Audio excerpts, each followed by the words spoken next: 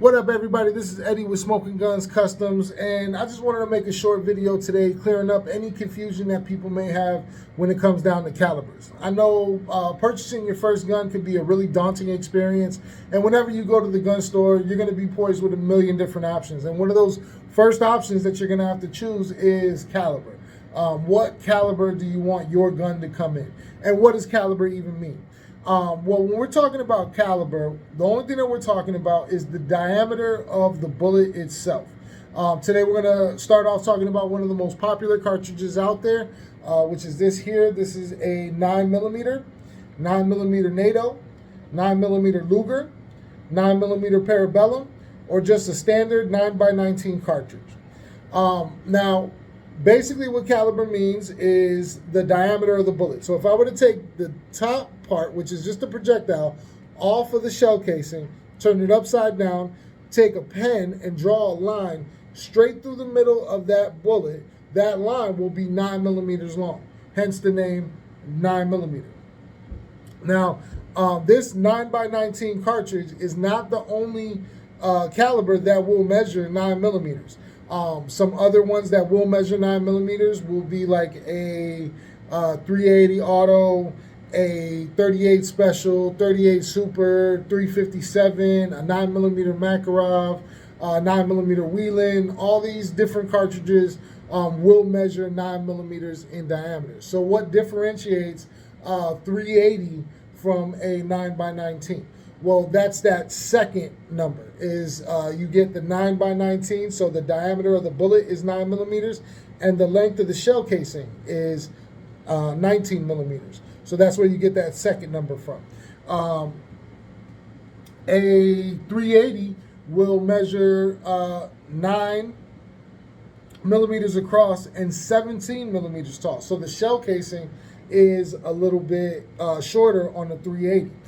Some other names for 380 will be like 380 Auto, 380 ACP, 9mm Kurtz, 9mm Browning, 9mm Short, 9mm Corto, all different names for just saying 380.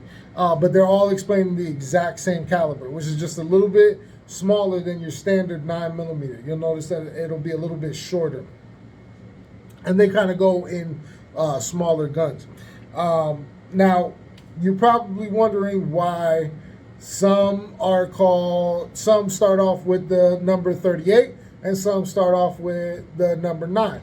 Well, the 38 is going off of the standard system, which we use here in America, and the 9 is going off of the metric system that they use everywhere else. So 9mm is obviously measuring in millimeters off of the metric system.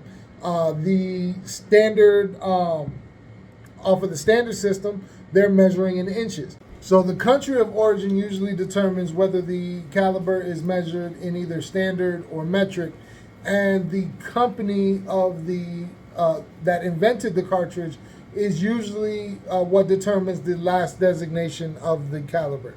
For example, 380 ACP, 45 ACP, or 32 ACP all stands for automatic Colt pistol. Because Colt was the inventor of that cartridge, they were able to name that cartridge.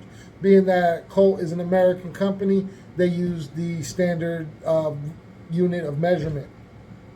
So that's why any gun that is followed up by ACP is usually measured in inches or fractions of an inch. And other companies that exist overseas, for example, like the German company Luger, invented the 9mm, and that's why 9mm is known as 9mm Luger. Another number you're going to hear come up a lot when it comes down to calibers is the number 7.62. 7.62 directly translates into 30 caliber, so 0.30 of an inch, and it is probably the widest used diameter size when it comes down to barrels out there.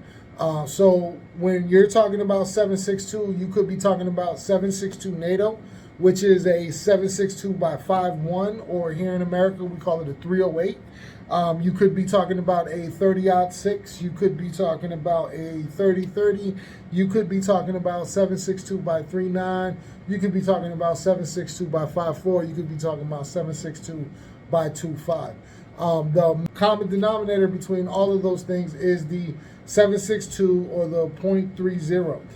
But as far as each cartridge, they all differ widely. So if we're looking at a 7.62 by 2.5, is going to be way different than a 7.62 by 5.4. So as a first-time gun buyer, what does caliber mean to you? Well, caliber means a lot of different things.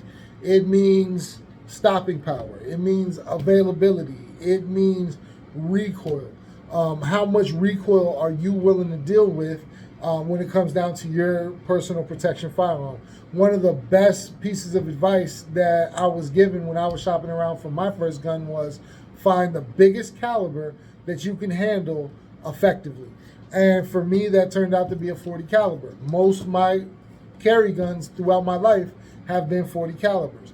I've gone up, I've gone down. Nowadays, I find myself carrying a 9mm most times because it fits in my pocket.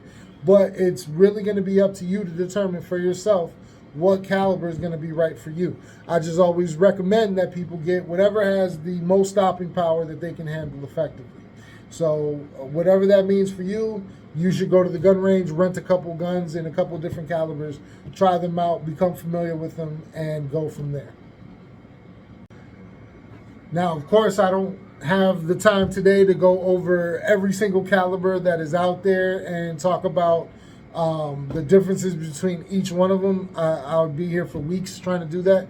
But hopefully this video has given you enough to kind of understand what you're looking at when it comes down to caliber and help you make an informed decision when it comes down to purchasing your first firearm. Again, this is Eddie with Smoking Guns Customs. Thanks for stopping by. If you need anything, give us a call. We're always available. Thank you so much. Enjoy the rest of your day.